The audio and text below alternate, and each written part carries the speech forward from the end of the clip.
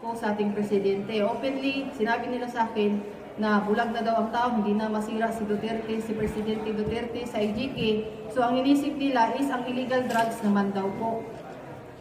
So nung time na yon, na-curious ako kasi inaamin ko hindi ko naman sinabing magandang record ko.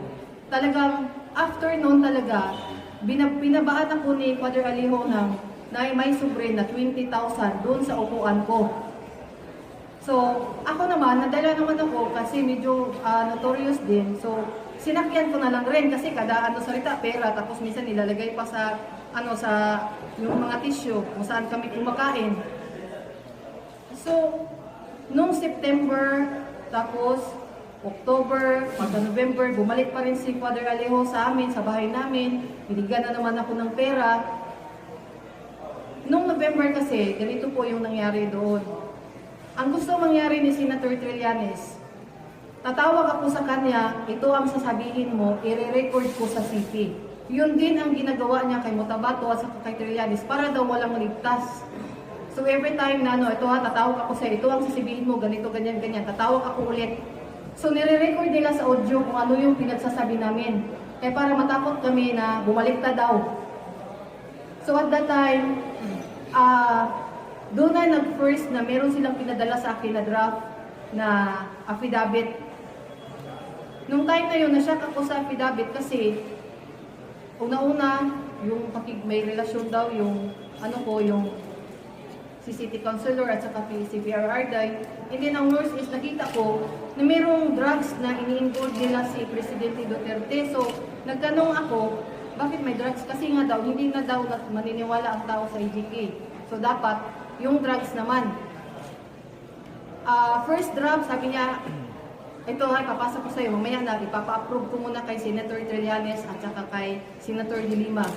Tapos pangalawa, hindi, uulitin ko na naman, second draft na naman, hanggang nag-third draft, fourth draft, and then nag-decide sila na pumunta daw ako ng Maynila. Nandito yung mga forward sa akin ng yung back and forth na yung pamasahe, papuntang Manila, at saka yung ticket ko na nung December, yung pagpunta ko ng Manila rin. Pagdating doon sa Manila, doon sa may forum, nakita ko to si Las Cañas. Sa kanilang forum, makikita mo sa aming pag-usap, never sila nagsalita na mga kundi sasabihin nila, hanapan natin ng paraan na bumagsak yan. Actually, may text pa nga si Atty. Sabio nga, yung yung testimonyo mo, muhagsa mo, Bisaya pa, muhagsa lagi na si Presidente Duterte, anak. So, katong time na to, nakuyawan ako kay kanang nakasabot di ako live o kanang forgery. So, nangita ko paagi, kay dili man ko nila, ayaw nila akong pauwiin dito sa Mindanao. So, mahanap ako ng paraan. Sabi ko, bago ko yan pirmahan, bago ko yan uwi muna ako dahil gusto ko, kasama ko yung mga kasamahan ko. Which is, wala naman akong kasamahan. At ang reasons kung bakit pumasok ako sa kanila, dahil gusto kong malaman kung ano talaga ang meron sa grupo ni Senator Trillanes.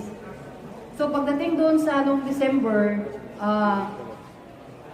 andun ako, pinatira nila ako sa isang kumbento sa Madre, sa May Makati, sa Kanosyan Sister.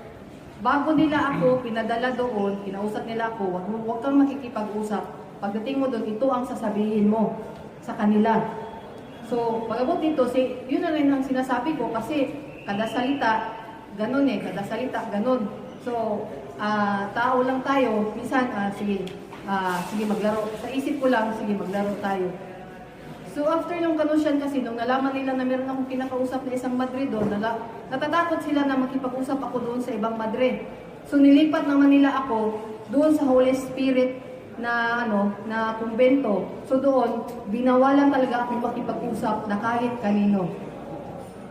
Merong conference room doon na every time na mag-discuss kami regarding sa sa affidavit, doon kami sa conference room, doon sa Holy Spirit, doon sa may Betigo, merong eskwelahan doon at the same time, doon merong kumbento doon ang mga Madre.